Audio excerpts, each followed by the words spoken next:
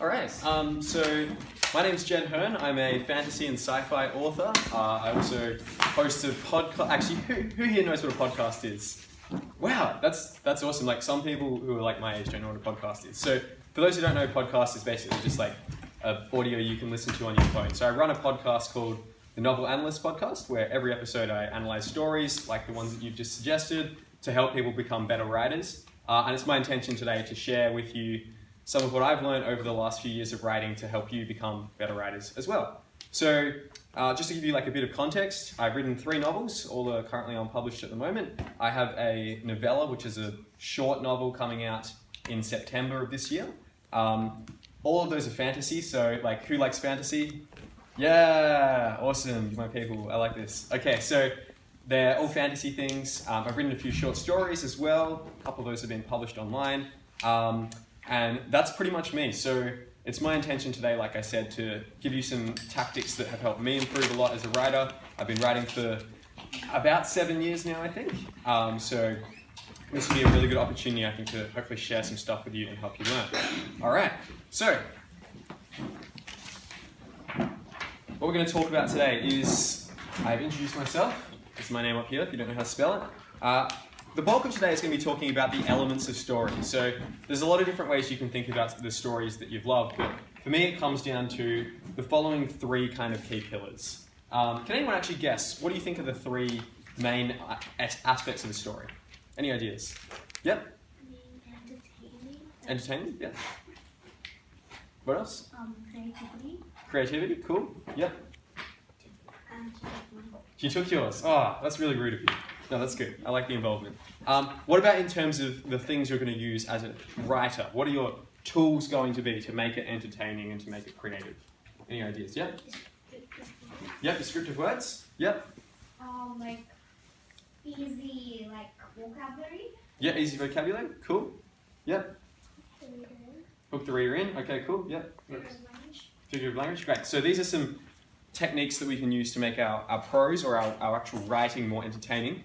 And if we think about story on a more larger scale here, to me the 3 kind of pillars of any good story are, number 1, characters. Jed, would you like to use the blue one? I think that's running Is that out more of ink. visible? Yes, yeah. Okay, cool. Do we have the eraser or is that? I'll try to find one for you. So first pillar is characters. Oh yeah, that's much better.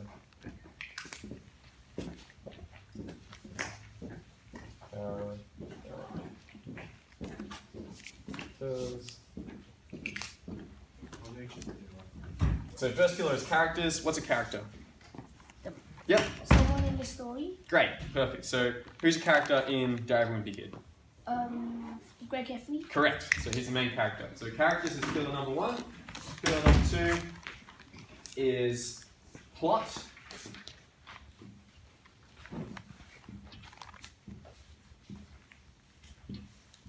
Can someone tell me what the plot is? Yes. The problem or the twist. Perfect. Yep, so the obstacle they're coming up against, the events that are going to occur throughout the story. And then number 3, anyone have a guess? Anyone have a guess what this is?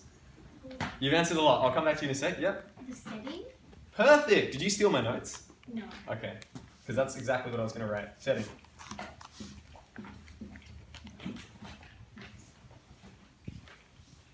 So I'm going to use Harry Potter as an example here, since a lot of you seem to enjoy that. Who's familiar with Harry Potter? Yep, pretty much everyone in the room. A couple of people haven't. That's cool. So who's the? Oh, thanks. So give me a character in Harry Potter. Yep. Harry Potter. Harry Potter. That was a bit of a giveaway. Yep. Cool. Give me the plot of the first Harry Potter book. Bit harder. Yep. His parents die. So that's kind of the thing that starts the plot. But what would you say is the main events that occur in the novel? He's like new. He doesn't know what to do because when he was at the train station, it said 9 and 4 and he didn't know what to do. Okay, so that's another event during the plot as well. Yep. Professor Hill was trying to steal the stone. I was trying to defeat him. Yeah, perfect. So that's probably the best explanation of the plot here. The plot, as a way to sum it up, is like if you turn the book over and looked at the back, like what does the blurb say about it? What's the one sentence description that's going to sum up what's happening in the book? So first Harry Potter book is Harry discovered he's a boy wizard and has to go to a magical school where he has to stop Voldemort finding the Philosopher's Stone. That's a one sentence description of the plot. What is the setting of the first Harry Potter book? Yep. Hogwarts. Hogwarts, perfect. So you can already see that you intuitively understand what these things were, and the fact that you were able to complete number 3 shows that you understand this quite well. So we're going to go through these in a bit more detail.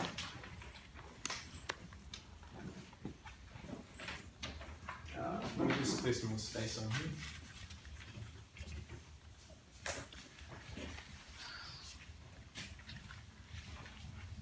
Actually, we'll start with plot. That makes a bit more sense to begin with. So, plot. So as we discussed, it's what happens in a book.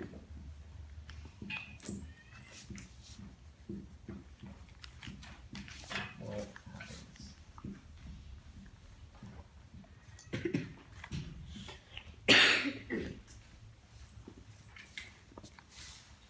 So there's 2 main approaches that you can use with plot in your own writing. We're going to do a bit of an exercise to figure out which one you gravitate towards more here.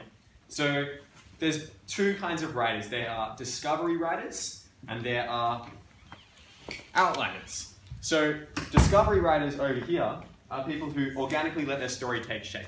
So what that means is they might think of a character, think of an interesting situation to throw them into, and then just kind of like let the story evolve from there. They don't tend to approach the story with much planning. They kind of just like let the story write itself. Outline writers, on the other hand, over here, they tend to plan everything out before. So they might have an idea for the plot, but then they will rigorously go through and actually kind of like outline exactly what's going to happen in the story so that they know everything that's going to happen before the story even begins. So let's look at the merits of both of those approaches. So discovery writer over here, like I said before, who can tell me what a discovery writer is? Just said it then, yep. Someone who lets the story like write itself. Yep, so it's more organic. So what do you think could be some advantages of a discovery writer? That like didn't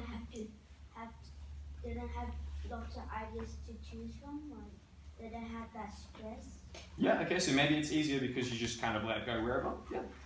Any other ideas? Yep. Maybe more interesting. Perhaps more interesting. Okay, why do you say that? Because like they made it right themselves, like not fully plan it properly. Yeah. So maybe it goes directions where they weren't expecting it to go, and that makes it more interesting. Any other ideas? Okay, cool. I'll get to some more. So, discovery writers tend to just like throw ideas into a bowl and then just let them react and appear as however they want them to. And what's beneficial about this is that you typically end up with perhaps stronger characters because you're not trying to force characters into a certain plot that you've developed. You're not necessarily trying to force characters to do things they maybe wouldn't do. You're basically just saying like, I'm going to throw this character in over here in this setting, and I'm just going to throw another character in there, and then I'm going to let them do whatever they're going to do together. And it might feel quite organic because of that. What do you think some pitfalls of discovery writing could be? What do you think is some potential drawbacks of this style of writing? Yep. Like in the middle of the story, it might like not make sense. Absolutely, yeah, you hit it on the head. And this has happened to me as well, so we'll get into that in a second. Any other thoughts? Yeah, that's absolutely one of the main ones. I'm going to throw out my first prize of the day. I don't know if you like Mentos, but enjoy. So discovery writers can fall into this trap of like running all this way into their story, and then they reach like 2/3 of the way through and they realize they have no idea where to progress, which has happened to me. So with my first novel that I wrote, it took me about a year to write the first draft of it, and it was okay at the end of it, like I got to the end and stuff, but I basically realized 90% of the way through that I hadn't actually set up the villain. So I'd gone all this way through this book, and there was like no bad guy, there was not really any antagonist, no real kind of force out there trying to stop the main character from getting what they wanted. And I thought, oh damn, that's really bad. So then I had to go back and then replan out everything so that it actually made more sense and that the villain was introduced earlier. So outline writers, on the other hand, what do you think they do? Just based on the term outline, yeah? They plan it out, and so if they plan it out, they don't make mistakes like discovery writers do. Yeah, so it's probably worthwhile if we write this down here. So we have discovery.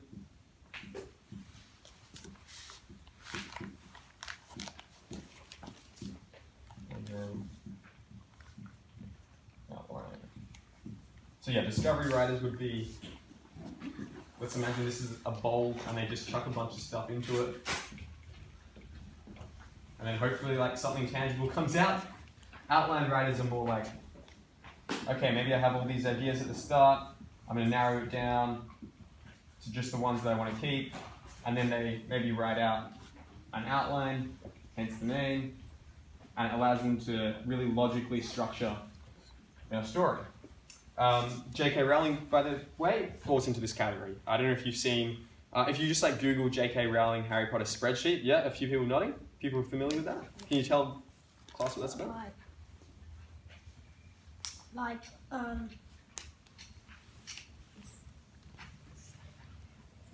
wait. I know how. I don't know how to explain it in words, but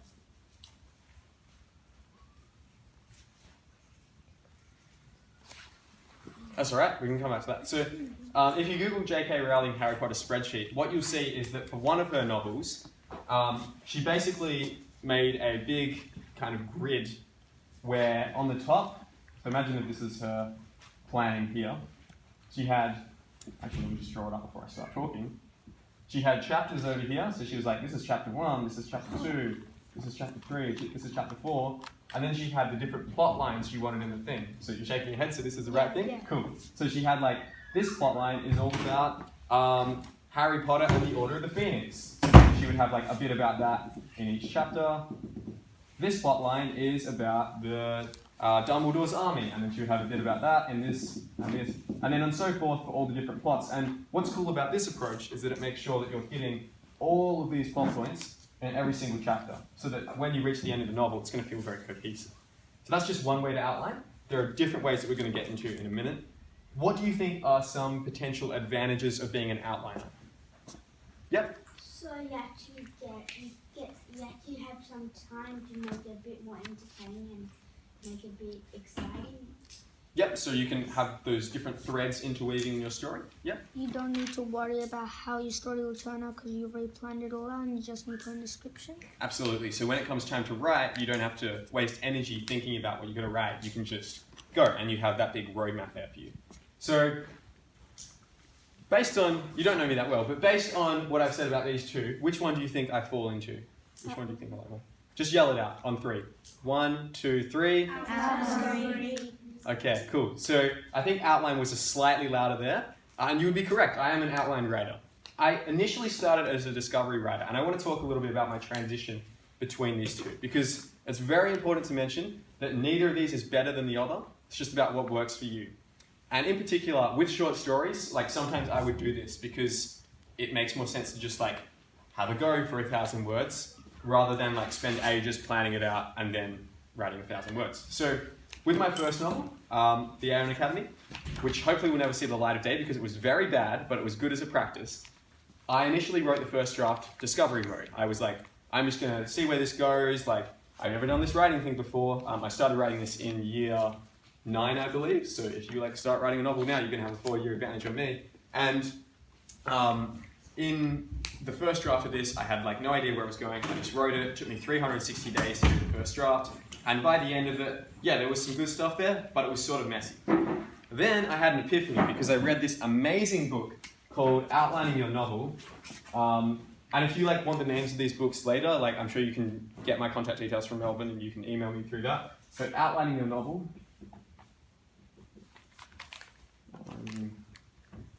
Your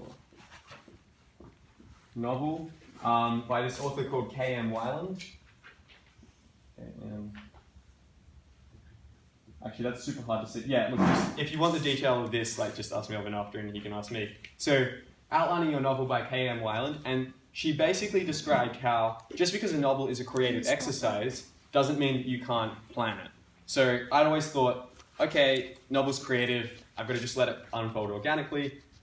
But really who I am as a person is someone who really likes to plan, who really likes to make sure that I'm prepared for situations and that I have things organized before I go into them. So, when I realized that I could outline my creativity, it was just great for me because it meant I could marry the creative aspects of writing with like the more logical aspects of planning something and make a story that actually flowed together and was logical. And to your point, I forget who said it, but was it you who said this? I think it was. That it allowed me to know that the story was going to be good before I started it. So, first novel took 360, I'm not going to write 360 down, that's a pointless number. So, my first novel took 360 days to write. My second novel took 60 days to write because I outlined it. And that meant that I knew exactly what I was going to write before the first word had even gone down on the screen. So like I said, neither of these approaches is necessarily better than the others. It's just about trying both and finding which one works for you. In your case with short stories, you might not feel the need to outline it as extensively as I would a novel. My novel outlines would typically be, let's see, for like a 110,000 word novel, the outline for that would probably be, in my case, about 11,000 words, so like maybe 10% of whatever the end novel was. But again, that's like so dependent. There's no right way to do this. You know, like I mentioned, this is one approach you can use. You can use other methods as well. So we can get into that a bit later. But moving on from that, we are going to talk about a different way to generate plot, because this is all about plot. Outlining and discovery writing is usually about plot. And like I mentioned before, discovery writers will probably tend to have stronger characters because it's a form of writing that privileges characters in the sense of like you're just letting them do their own thing. Outline writers will probably tend to have stronger plots because it's something that they've worked out beforehand. So, have we all got this written down before I move on? Does anyone else need to? Cool. So, Jed, a quick question. Yeah. Could you give us an example of a discovery novel? Yeah, good idea actually. So, the kind of like classic example of a discovery writer is Stephen King, who like you probably aren't super familiar with. Oh, you know him? Yeah. Yeah, so Stephen King, like, he hates outlines. He says that outlining stifles the creativity of a writer. He even goes so far as to say that he like doesn't even have a notebook because he thinks that if an idea is good enough, it's just going to stay in his mind and it's going to prompt him to write it. So Stephen King is probably a good example of a discovery writer. I'm trying to think of some good children's writers who do this. Does anyone know Neil Gaiman by any chance? Put your hand up if you know Neil Gaiman. You've heard of him? Okay, cool. He did Coraline and a couple of other things, The Graveyard Book. Yeah, you might not be familiar with him. I feel like he probably verges more towards this. He seems like someone who just sits down and like lets a story take its course. That was a really good question. And I should mention, if any of you have questions at any time, like just let me know. We are going to do Q&A at the end, but it's worthwhile bringing it up while we're in the moment. Okay.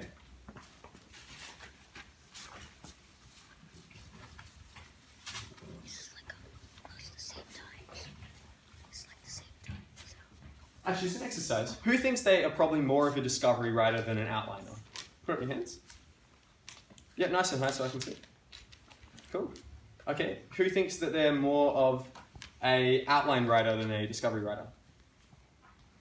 Okay, cool. So pretty even. Yeah, what I would recommend for you is just trying both approaches. Like, so that might mean on a practical level, let's say you have a short story to write in half an hour. If you want to try the outlining method, maybe you just like dot point down what you think is going to happen.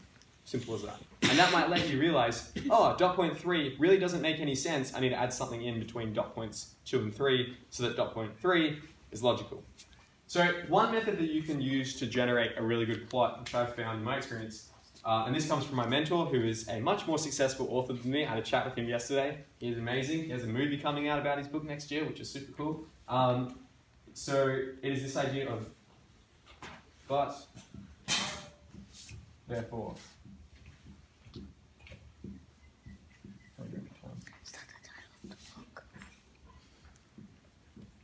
Cool. I wrote that too big, and it is scarcely going to fit on the page. So, but therefore.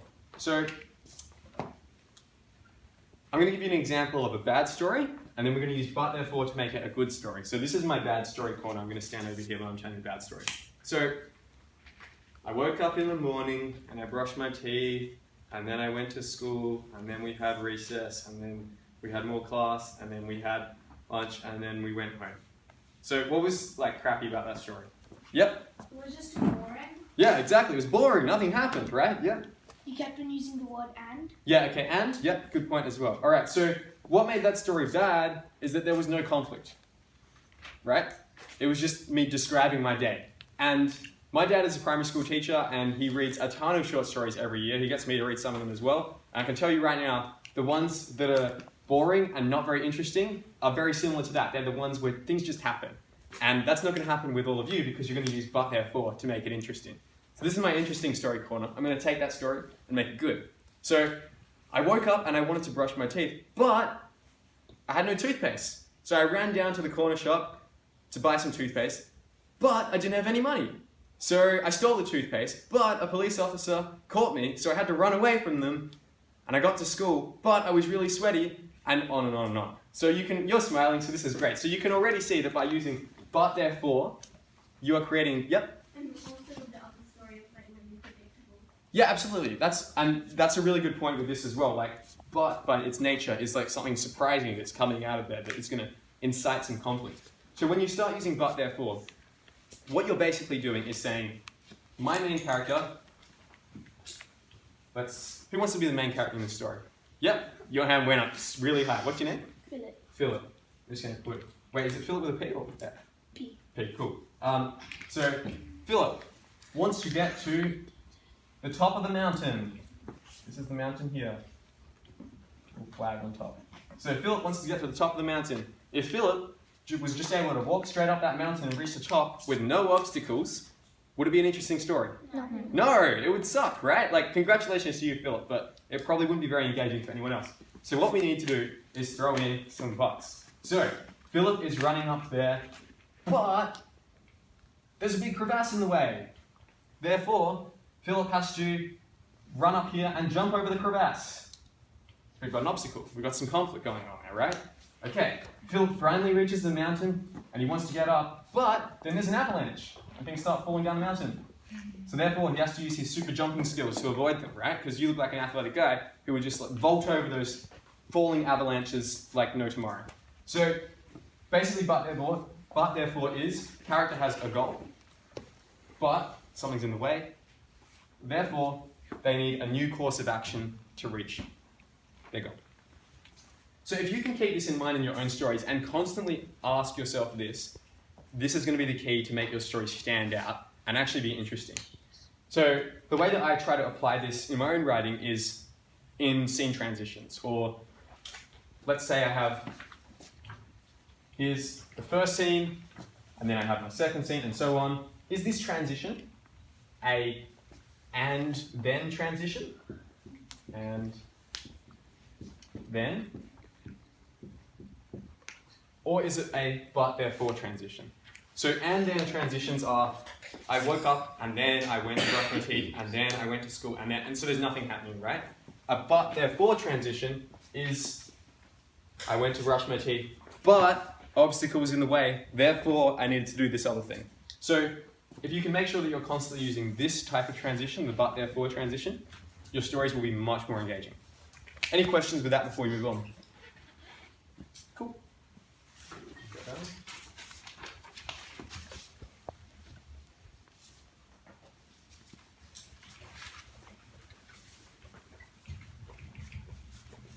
Thanks for being my volunteer, Philip.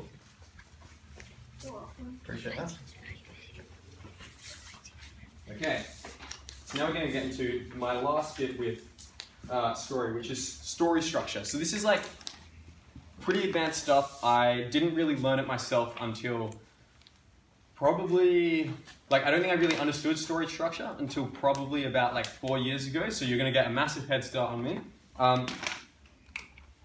If you think about any story you tell, it has a pattern to it, right? So if you think about, I woke up and then I went to school and then I faced some obstacles at school and then I triumphed over those and then I came back home and then I went to sleep. There's a structure there, right? There's a beginning, there's a middle, and there's an end, which might be back in the same position as you started. If you think about Harry Potter, it starts and ends for the drag, right? Like he starts there, he goes to Hogwarts, and then he comes back into the normal world. So, you can kind of think about stories as occurring during 4 acts. So you have Act 1, Act 2, Act 3, and Act 4. So each of these is about 25%, about a quarter of the novel. So this would be like 0% here, this would be 25% here, this would be 50% here, 35% here, and 100% at the end. So Act 1 is all about your hook. So who mentioned hooks before? When we were talking about like story? Yeah, you mentioned hook. Cool. So what's a hook? It's when you like bring the reader into it and you make it interesting. Yeah, so the hook is all about making readers curious and making them care. So readers need to be caring about your story, otherwise they probably won't finish it. So the first act of Harry Potter is Harry finds out that he's a wizard and then he goes to Hogwarts, right? So in fact, if you look at Harry Potter, and if you have your copy at home, you can test me on this after. If you flip to exactly a quarter of the way through Harry Potter, the 25% mark or thereabouts is the exact same moment that he arrives at Hogwarts and goes across the lake to see Hogwarts up on the hill. And that is a perfect encapsulation of what the first act is about. So the first 25% of your story is all about the setup. It's all about making readers care about the characters. It's all about setting up the plot. So by the end of the 25% point, we probably want to know what the rest of the story is going to be.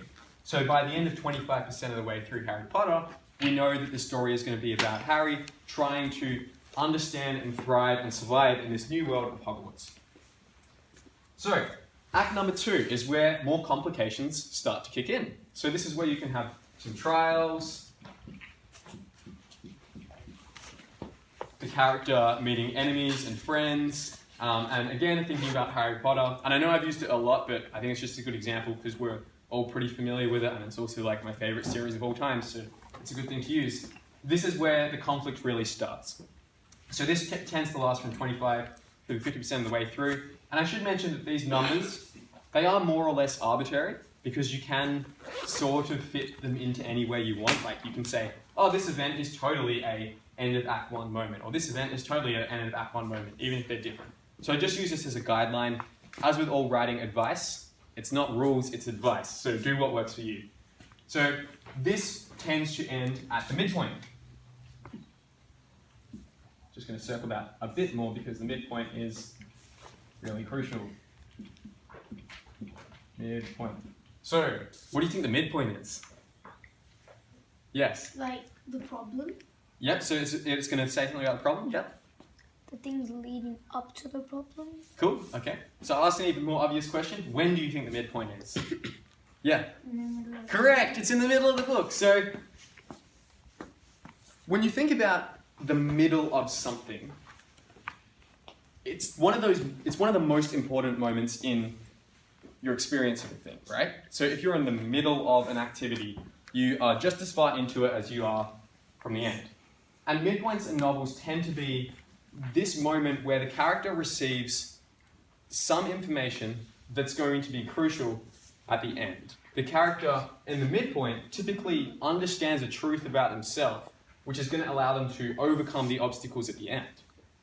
Now, if you're familiar with Harry Potter, this is very blatantly done in it, because in the middle of this, Harry literally looks into a mirror to see himself. The mirror is called the Mirror of Erised, which is desire spelled backwards, which I didn't even know until a few years ago.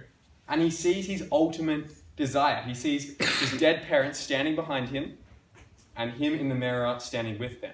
So, it is in this midpoint that Harry learns who he truly is, and that knowledge is going to allow him to win at the end in the climax. So from the midpoint, moving through Act 3, this is where things start to get darker and more difficult. So if we were to plot the story as like a graph of how good a time the main character is having, you probably have like hook, make things get good, and then like things get hard in the trial, things get hard in the midpoint, and then here is where we're going to really have like the lowest of lows. So Act 3 is where you have your kind of dark night of the soul, where the character goes through the most difficult moment in their life, the moment where they're going to think about giving up, their biggest obstacles. Can you think about what this moment might be in Harry Potter? Any ideas? I can say it if no one wants to. Alright, I'll say it. So, in the kind of like end of Act 3 in Harry Potter, Harry is caught out of bounds at night and he loses Gryffindor a bunch of points and everyone is mad with him. The whole school hates him and he's just miserable. So this is his kind of lowest of the lows. It's the moment where they're most close to giving up. So then we start the climax, which is what Act 4 is all about. And the climax is the main battle between the protagonist, who is the main character you're following, and the antagonist, who not necessarily a bad guy, but just the person who is opposing the main character's goal. So in Harry Potter, the climax comes when he descends underneath the school to battle Professor Quirrell and Voldemort for possession of the Philosopher's Stone. And typically with a climax, one thing you might want to consider is that throughout the rest of the novel, it's fine if your main character gets help from other sources, but in the climax, you generally want the main problem of the story, or the main battle, if you like, to be solved by the character themselves. Can anyone think about why that might be? Yep. Because it could be very hard to add in some extra characters just when you're on the peak. That's a really intelligent point as well, because yeah, you typically want to try to make sure that you're introducing characters like, I would say, just like as a rule of thumb, again, this is a very vague thing, you probably want to make sure that you're adding characters in like in this phase here, and you want to avoid adding characters in like here, and you definitely want to avoid adding characters in here, because if you add them in at the very end, it might feel a bit like you're cheating, right? Like the readers might think, hey, this person wasn't there before, like it's a bit unfair for you to just add them in. So that's one reason. Another reason as well is if the main character isn't solving the story's problem, then why are you telling the story about them? They're not really doing the main role in this, so why would you be telling the story about them? So it's important to make sure that you try to have, as much as possible, the main character being the one who's demonstrating agency and power at the end to solve the problem. And again, this stuff is all rule of thumb, so if you find a story out there that contradicts me, there will be some, and you can do it in your own, but you've got to know the rules before you can break them. So,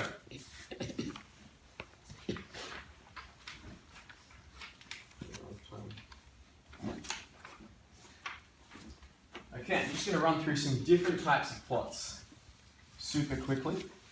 Any questions with this before? I probably should have asked before I rounded it off. Any questions with, yep? What is the third part again? Yeah, so Act 3 is kind of the lowest of the lows, so the hardest moment that the character has in pursuit of their goal. Yep.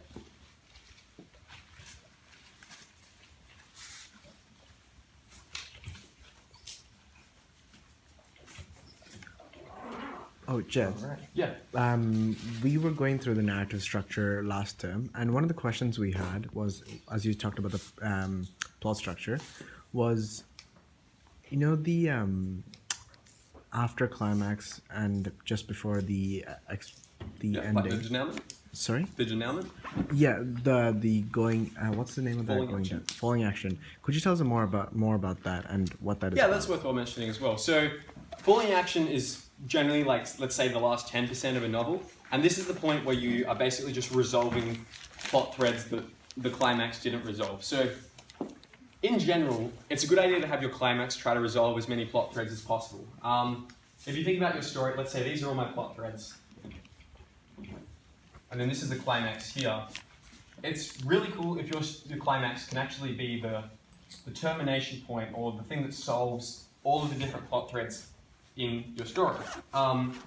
You're probably not familiar with The Matrix, but is anyone familiar with The Matrix? Or is it like, it's for too young? Yeah, I don't know. It's probably a different demographic than you, but that is a great example of a story where all of the different plot threads come together into this one pivotal moment where the main character does a thing and it just resolves everything. It resolves questions about like who they are as a character. It resolves questions about the world. It resolves questions about like, are the characters going to escape from this scene alive?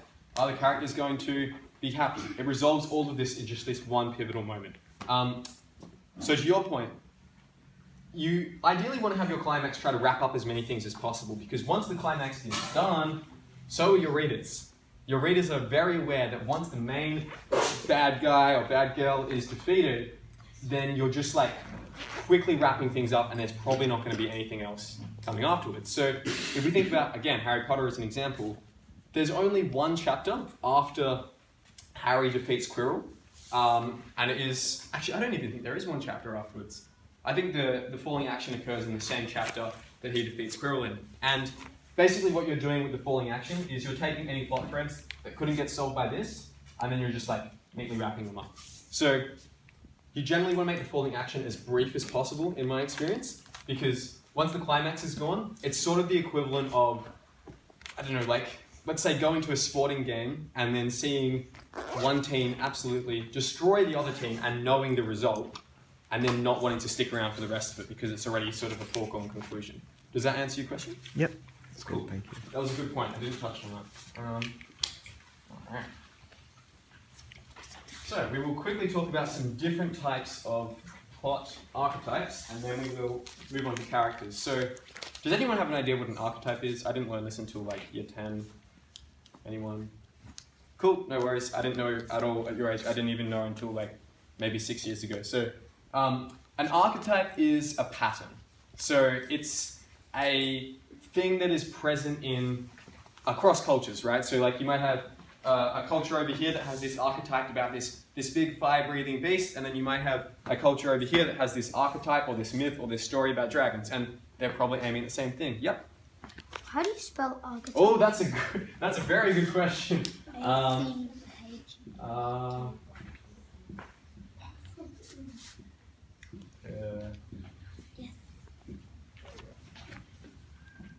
Type.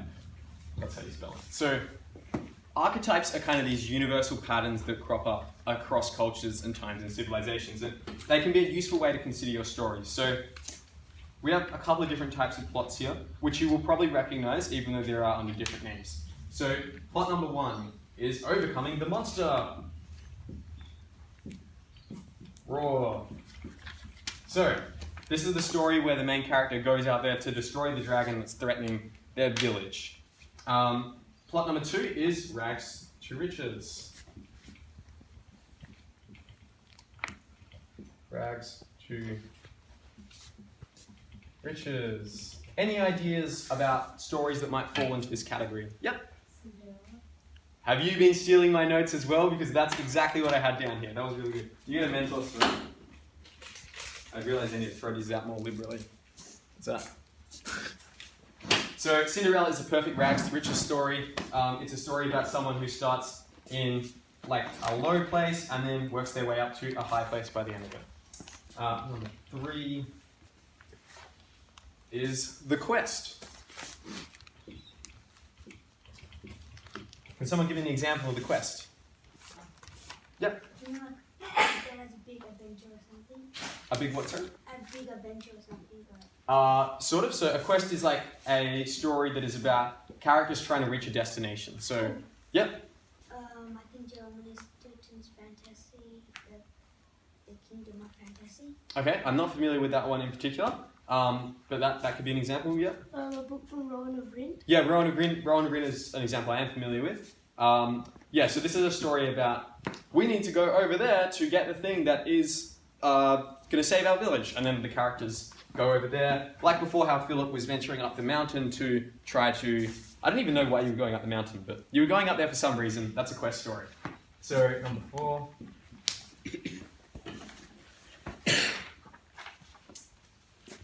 Voyage and return, which is a bit different. Voyage and return. So this is like quite similar to a quest, but generally the voyage and return stories. Yep. I think it's like coming back from like the quest. Yeah, so similar. So there's definitely an emphasis on the return part here, which maybe is less present in the quest. These are stories like Narnia or Alice in Wonderland, where the main character goes into this perhaps secondary world, this parallel world to ours, goes on a whole bunch of adventures, and then comes back to our world, hopefully a bit wiser, hopefully with some more life experience. Number 5, comedy. So a lot of you mentioned that you like funny stories before, so comedies are generally defined by character A understands this situation in a certain way, character B understands that situation in a completely different way, and the differences in their how they see something creates comic conflict. Yes? A book for that is for Stephen King has wrote some books. It's like horror books, but he's added more comedy into it. Mm-hmm. So it's also like horrifying and it's also fun at the same time. Yeah, so you can absolutely blend this stuff. This doesn't, you could have like a monster comedy, right? So you don't have to just have these in one category. You can absolutely blend these things. Number 6, tragedy. Tragedy. So the hallmark of a tragedy, what defines a tragedy is generally like the main character ends up in a worse position than what they started in. So a lot of Shakespeare's plays tend to do this as well. I don't know how familiar you are with Shakespeare, but a lot of his stuff tends to be like this. So the character, it's the opposite of rags to riches, right? It's riches to rags. Character starts in a good place, and then their actions take them down into a worse place. And then number 7, rebirth. I realize my handwriting has like changed dramatically over here, but anyway. So a rebirth is a character starts in a position where they need to kind of solve the issues that they've gone through. So a classic example, the one I've got down in my notes here is things like Sleeping Beauty, right? That's a story about a character being reborn. You can also argue that like a lot of redemption stories are probably about this as well. Like a character is in a position where they've like maybe sacrificed something and then they need to get out of that. So my intention in bringing up these, an example of a monster story. What's a good example? Anyone give me an example of a monster story? What do you think it would be? Yep. Beast Quest. Beast Quest? I'm not familiar with that. What's it about? It's about these two people and this type of kingdom, and then there's always these monsters threatening the kingdom, and they always have to defeat them. Okay, cool. So that was perfect. So yeah, Beast Quest is probably like a perfect example of that, where it's about a character who has to defeat a monster that's threatening some of the things. Did you have an example, or do you have a question? Goosebumps? Yeah, Goosebumps is a good example. Yeah, good example of monster. All right, so my intention with bringing these up is not to say that you have to force your story to fit into one of these categories. That's not at all. What I'm just trying to do is give you some ideas. So if you're thinking about doing a story about Philip trying to climb to the top of the mountain, then maybe it's a good idea to think, okay, do I want that to be a quest story? Do I want that to be a comedy? Do I want that to be a monster story? Like, what is the kind of archetype that I'm going to fit this into, or that I'm going to use to inspire my stories? So this is about inspiring you, not limiting you. Any questions with this before we move on? Excellent. So, that concludes our discussion of plot. We're going to talk about character now. Oh, Jed, one Yes. question. So, when we used to discuss about writing stories, we always, I always told the students that they should try write stories that are realistic.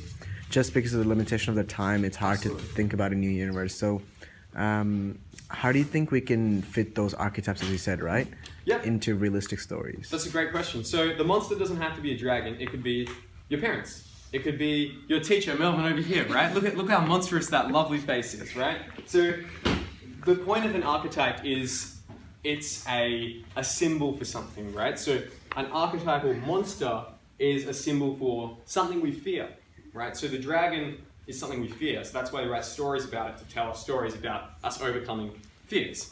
So monster story could be, you gotta defeat your teacher. I don't say defeat as in like actually attack them or anything. I mean defeat as in like, I don't know, a battle of wits or whatever. What was my second one I had up here? That was, I can check my own notes. Rags and riches. What was that? Rags to riches? So Rags to Riches could be a story about the poor boy who doesn't have any toothpaste and is really embarrassed about having to go to school with his breath smelling really bad. So his kindness wins him a big box of toothpaste. So now he has this freshest smelling breath in the whole school. It sounds like an ad for some toothpaste company. What was my next one?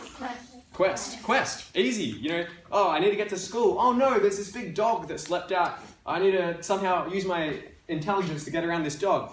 Oh no, now there's like, the road has fallen in and I have to make a bridge to get across it. So that's ways you can do this, right? And yeah, you don't have to, by any means, a lot of these probably tend towards more fantasy things when you think about it. And that's because they are grounded in myths, which generally fit the fantasy model a bit more. But you can absolutely adapt those to any kind of world, which is what we're going to get to a bit later, actually. So that was a great question, by the way. I would give you a prize, but like that'll be a bit biased. So number 2 is character.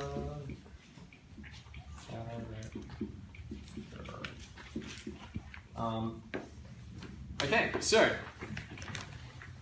I'm going to give you 2 characters. You're going to tell me which one's more interesting. So character 1 over here is Bob. Melvin, ask Bob what he wants. What do you want, Bob, in life? What Cool. you do today? So character 2 is Ben. Ask Ben what he wants. Ben, what'd you like? Oh, I just really need a glass of water. Like, I'm so thirsty. Oh, there's a glass of water. Sorry, I can't talk to you right now. I gotta drink my water. Oreos. So which one was more interesting? Ben. Yeah, exactly. Why was Ben more interesting? He actually talked. He actually talked, right. So he had action. What else? Yep. I think Bob was more interesting because he said nothing. It's like that's why I got interested. What would he like? Okay, maybe there's something there. You're curious about what's going on in the character. Yeah, over here. What else made... Oh, which one did you say was more interesting? Ben. Yep. The things that he wanted something, then he realized he already had it. Great. So Ben had goals. Bob didn't have a goal. And in your stories, you always want to think about what are the motivations and what are the goals of my character.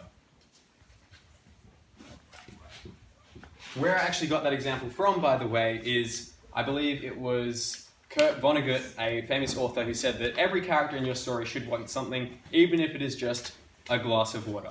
And the logic behind this is that if all your characters want something, they're going to feel real. Because in real life, we all want something as well. Even if it's just to like get someone's attention so that you can talk to them. If it's to make someone like you. If it's to get money. If it's to move this chair out of the way because it's stopping me from reaching the tap over there. In life, we all have something that we're aiming towards, whether you are conscious of it or not.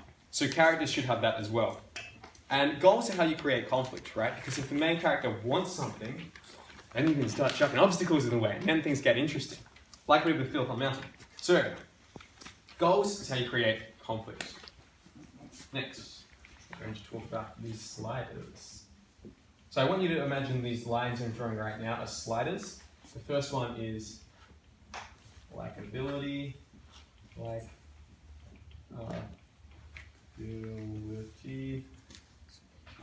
running out of room there. The second one is proactivity.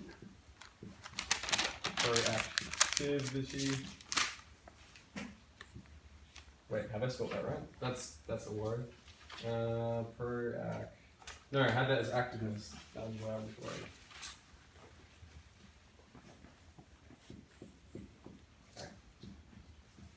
Yes. And then the last one is competence.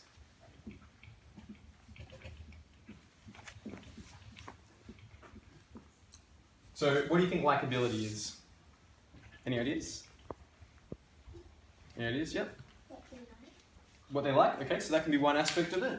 The way I define likability is, would you want to hang out with this character? Would you want this character as your friend?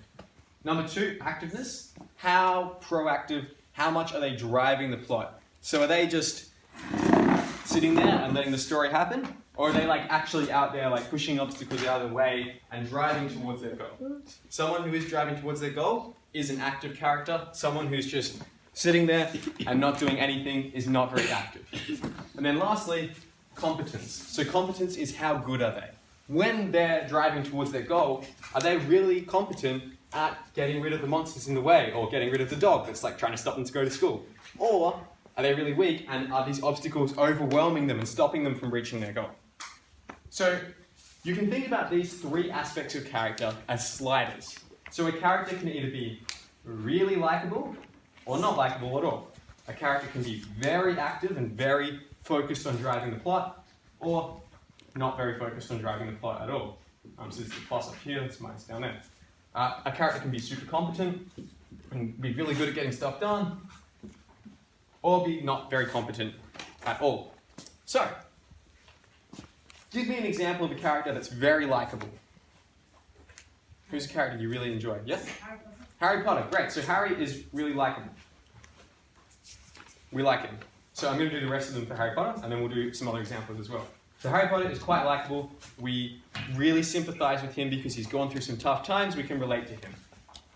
Harry Potter, is he very active as a character, or is he very not active? He is active, correct. So he's constantly out there asking questions, sneaking around the school, trying to get information. Is he very competent as a character? Yes. Yeah? Yeah. Little bit? Little in the middle, yeah. So I would argue that he is, if you're just going to say, like, is he less competent than he is competent, he's probably more on the bottom end of this, because there are, like, wizards and witches out there that are more powerful than him. And this is actually why we like Harry as a character so much. Because you might have heard before about the importance of creating sympathetic characters, right? Like having characters that readers can relate to and that they want to succeed. And this is what the slider gives you. So, before I get into why Harry Potter works because of this, I want to give you an example of a character that maybe doesn't work as well. So, if we consider Superman, right? Superman is like pretty likable, right? Like he's not the kind of person who will go up to you and say a bad word to you, right? He's also fairly active. He's always like out there trying to do things. And he's also super competent, right? Like this guy can have bullets just bounce off his chest. Okay? Would you agree with this? Yeah. Not when it comes to kryptonite. Not when it comes to kryptonite, but that's a niche case and we'll ignore it for now. But that's a good point. So, because Superman is just unbelievably off the charts in all these sliders, he's not really that interesting of a character to write about or to read because he's just too nice, he's like too active, and he's just too competent. He's a bit unrelatable for the average person, right? So you can probably relate to Spider-Man, but you probably can't relate to Superman, right? And the reason why you can relate to Spider-Man is because he's likable, he's fairly active, but he's not that competent, right? Like he has powers, but he's often spending most of the movie getting beaten up. And what we see here is a pattern, and that is, if you have one of these sliders up and the other two down, or two of these sliders up and the other one down, you're probably going to create a good character that people can relate to. But if you have all three of them up, you have what we call the Superman problem, which is where your character is just too out of reach for readers, and they're just not relatable, and it's probably going to be difficult to struggle to create conflict. Because if your character is really likable, and they're always doing stuff, and they're really competent, then you have to introduce kryptonite to actually create some conflict, and that's why that's there, right? So Harry Potter works because he's likable, he's active, but he's not that competent, and that means that we sympathize with him because we're like, oh, I like this guy, I want to be friends with him, he's active, oh yeah, I wish I could be doing stuff like that too, I wish I could be sneaking around Hogwarts at night. And then the fact that he's not very competent actually makes us more sympathetic than if he was really competent. Because if he was really competent, we might be a little bit jealous of him. We might be like, oh, this guy's got it all. But the fact that he's missing in one aspect of this allows us to relate to him. So, what you got to remember with these sliders is that you can have these in any order you want. Heck, you could have a character who isn't likable, who isn't active, who isn't competent, probably wouldn't be very good. But you generally want to have a mixture. That's the main thing here. So you can either have, like two up, one down. You can have one up, or two down. And that's probably kind of the range you want to play with. And you can adjust these sliders however you want to create a really unique character. I don't know the maths, but yeah, you can probably create like, what's that? 6 to maybe like 8 or 9 characters out of different slider combinations here. All right.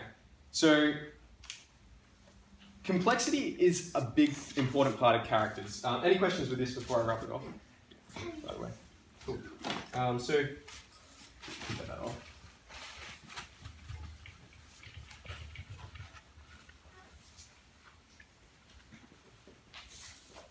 We're going to do the 2 character example. Actually, let's get 2 volunteers. Who wants to volunteer? Yep, your hand went up really quickly. Yep. Yeah, just come up here. Stand up here, please. So it's Philip, right? Yeah. Philip and Salmia. how do I say your name? Salmia. Salmia. Great. So Philip and Salmia. So Philip and Salmia both work at a puppy petting zoo. They spend all day petting puppies, and it's just like a really cute job, and they just love doing it. When Philip goes home, he also has a puppy, and he keeps petting it. He just keeps petting his puppy. You love puppies, right? Yeah. Great. Kind of. Well, for the purpose of this story, you love puppies. Sylvia, you spent all day... sorry, did I say your name wrong? Yeah. Oh, sorry. What was your name again? Salmia. Salmia. My mistake. I'm sorry. So, Salmia, when she comes home, she also has a puppy, and the puppy runs up to her the same way it runs up to Philip, but Salmia doesn't pat the puppy back. This isn't an attack on you. This is just your character, okay? This is not you. So, Salmia doesn't pat the puppy back. Which character is more interesting here? Yep.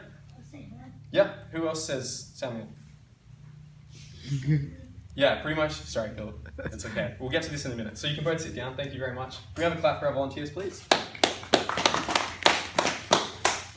So the purpose of that wasn't to embarrass you or anything, but it was to illustrate that complexity creates interesting characters, which is what I'm going to write up here. Complexity.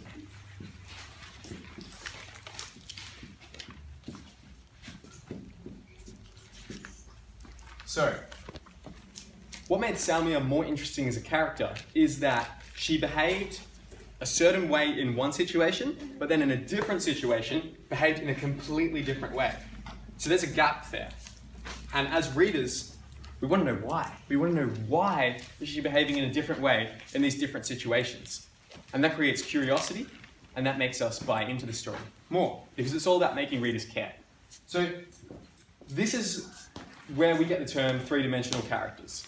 So again, there's a really good book that goes into this in more depth. If you want the description of it, just like let me know through Melbourne. But basically, the idea is this.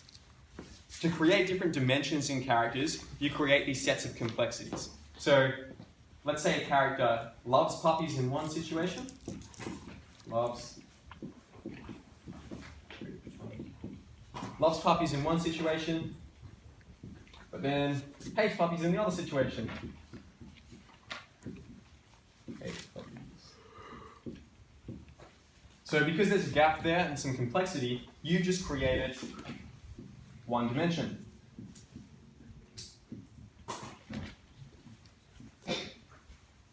So if you want a three-dimensional character, you do this 3 times. So maybe they love puppies, hate puppies. Maybe the other one is they pretend to, well, they say they like blue, say they like blue, but they really hate blue, really hate blue. And then you just go on and on and on until you've generated enough complexities for your character. So if you do this enough times, you're going to end up with someone who is really complex and really nuanced, like in real life. Because I'm sure you can think about certain situations where you've behaved one way in a certain area, location with certain people, and then you go over to some other place and you behave completely differently. Do you have a question?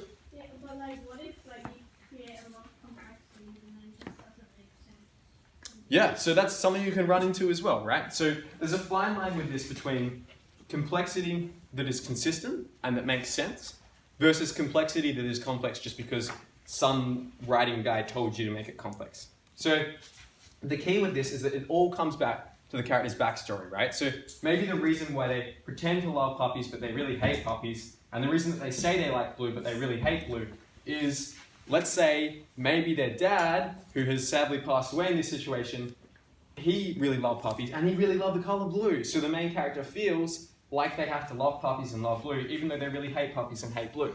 So that's consistent. There's a complexity there, but once you dig into it, it makes sense. And that's what you're doing with these complexities. You're creating something on the surface, which is drawing readers in, but then once you draw them down and you get to the heart of who a character is, draw a heart symbol there, it makes sense. Yeah? Can you give an example? Yeah, okay, so well, I was going to do Harry Potter, but there's too many examples being there. We'll give Ron an example here, right? So one of Ron's, from the Harry Potter series, one of his key complexities is that he wants to be a good friend for Harry, but he is also sick of standing in Harry's shadow, and he wants to be his own person, right? He doesn't want to just be the sidekick to someone else. So that's a complexity that seems on the surface, oh, that's a bit weird. Why would you really like this guy, but then not really want to stand in his shadow? And the reason, of course, comes back to who he is as a character, which is Ron has a massive family and he's one of the youngest in the family. So for him, it's always been about struggling to stand out and struggling to be seen as different or special. So that's an example of one complexity. And then you could go down into his character to find some other ones as well. What are some other good ones here? You can think about this on a more obvious level, like let's say a cyborg who is half human and half robot. There's a complexity there, right? Because the human and the robot are completely different things and they've been merged into one. So.